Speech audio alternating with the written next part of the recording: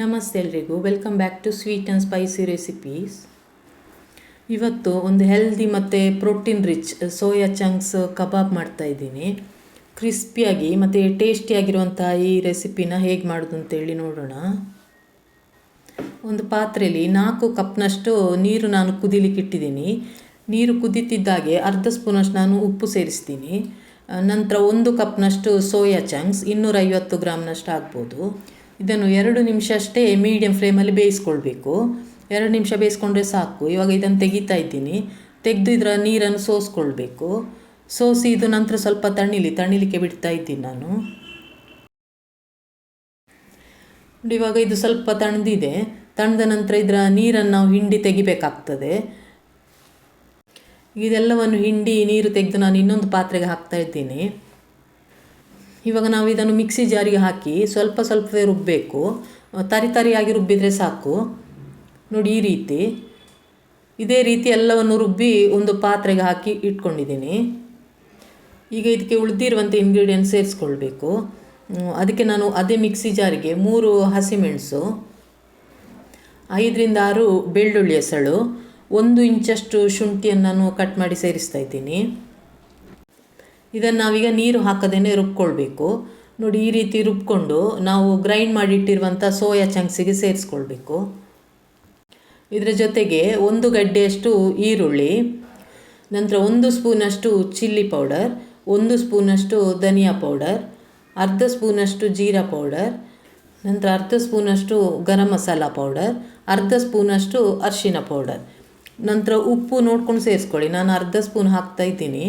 Soya chunks ನಾನು ಬೇಯಿಸ್ಬೇಕಾದ್ರೂ ಹಾಕಿದ್ದೆ, so ನೋಡ್ಕೊಂಡು ಸೇರಿಸ್ಕೊಳ್ಳಿ. ನಂತರ ಇದರ ಜೊತೆನೇ 1 ಸ್ಪೂನಷ್ಟು ಕಸೂರಿ ಮೇಥಿ ಮತ್ತು ಸ್ವಲ್ಪ ಕೊತ್ತಂಬರಿ ಸೊಪ್ಪು, ಇದೆಲ್ಲ ಹಾಕಿ ಒಂದು ಸಲ ಚೆನ್ನಾಗಿ ಮಿಕ್ಸ್ ಮಾಡಿಕೊಳ್ಬೇಕು. ನೋಡಿ, ಇದು ಇವಾಗ ಎಲ್ಲ ಚೆನ್ನಾಗಿ ಮಿಕ್ಸ್ ಆಗಿದೆ. ಇವಾಗ ಬೈಂಡಿಂಗಿಗೆ ನಾನು 1/4 ಕಪ್ನಷ್ಟು ಕಾರ್ನ್ಫ್ಲೋರ್ ಸೇರಿಸ್ತಾ ಇದ್ದೀನಿ. ಇದು ಕ್ರಿಸ್ಪಿ ಬರಲಿಕ್ಕೆ. ನೀವು ಕಾರ್ನ್ಫ್ಲೋರ್ ಇಲ್ಲಾಂದರೆ ಅಕ್ಕಿ ಹಿಟ್ಟನ್ನು ಸೇರಿಸ್ಕೊಳ್ಬೋದು. ಇದರ ಜೊತೆ 1/4 ಕಪ್ನಷ್ಟು ಕಡಲೆ ಹಿಟ್ಟು ಹಾಕಬೇಕು.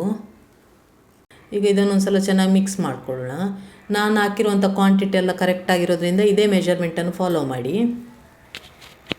ಒಂದು ವೇಳೆ ಸ್ವಲ್ಪ ಹಿಟ್ಟು ನೀರು ಅಂತ ಅನಿಸಿದರೆ ಸ್ವಲ್ಪ ಕಡಲೆ ಹಿಟ್ಟು ಸೇರಿಸ್ಕೊಳ್ಳಿ. ಈಗ ಮಿಕ್ಸ್ ಮಾಡಿದ ನಂತರ ನೋಡಿ, ನಾನು ನೆಲ್ಲಿಕಾಯಿ ಗಾತ್ರದಷ್ಟು ಚಿಕ್ಕ ಉಂಡೆ ಮಾಡ್ತಾ ಇದ್ದೀನಿ. ಇದೇ ರೀತಿ ಎಲ್ಲವನ್ನು ಮಾಡಿ ರೆಡಿ ಮಾಡಿ ಇಟ್ಕೊಳ್ಬೇಕು.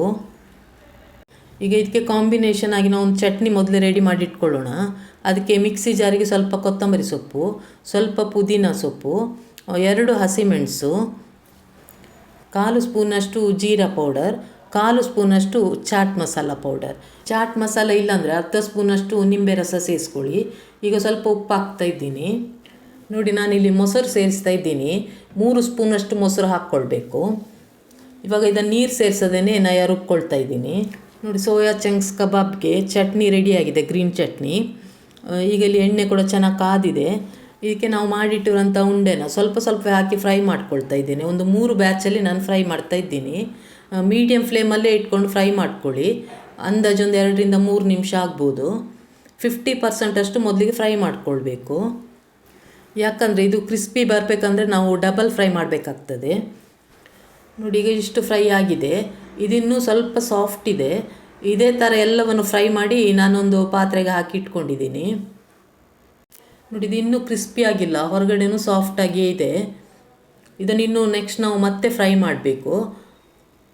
ನೋಡಿ, ಎಣ್ಣೆ ನಂತರ ಒಂದು 2 ನಿಮಿಷ ಕಾಯಿಸಿದ ನಂತರ ಎಣ್ಣೆ ಬಿಸಿಯಾಗಿರಲಿ. ನಂತರ ನಾನು ಮತ್ತೆ ಎಲ್ಲವನ್ನು ಒಟ್ಟಿಗೆ ಹಾಕ್ತಾ ಇದ್ದೀನಿ. ಇದನ್ನು ಇವಾಗ ಕ್ರಿಸ್ಪಿ ಆಗೋ ತನಕ ಫ್ರೈ ಮಾಡ್ಕೊಳ್ಬೇಕು. 2 ರಿಂದ 3 ನಿಮಿಷ ಆಗ್ಬೋದು ಅಷ್ಟೇ. ತೆಗಿತಾ ಇದ್ದೀನಿ. ನೋಡಿ, ಈ ರೀತಿ ಡಬಲ್ ಫ್ರೈ ಮಾಡಿದರೆ ಮಾತ್ರ ನಮಗೆ ಹೊರಗಡೆ ಕ್ರಿಸ್ಪಿಯಾಗಿ ಒಳಗಡೆ ಸಾಫ್ಟಾಗಿ ಬರುತ್ತೆ.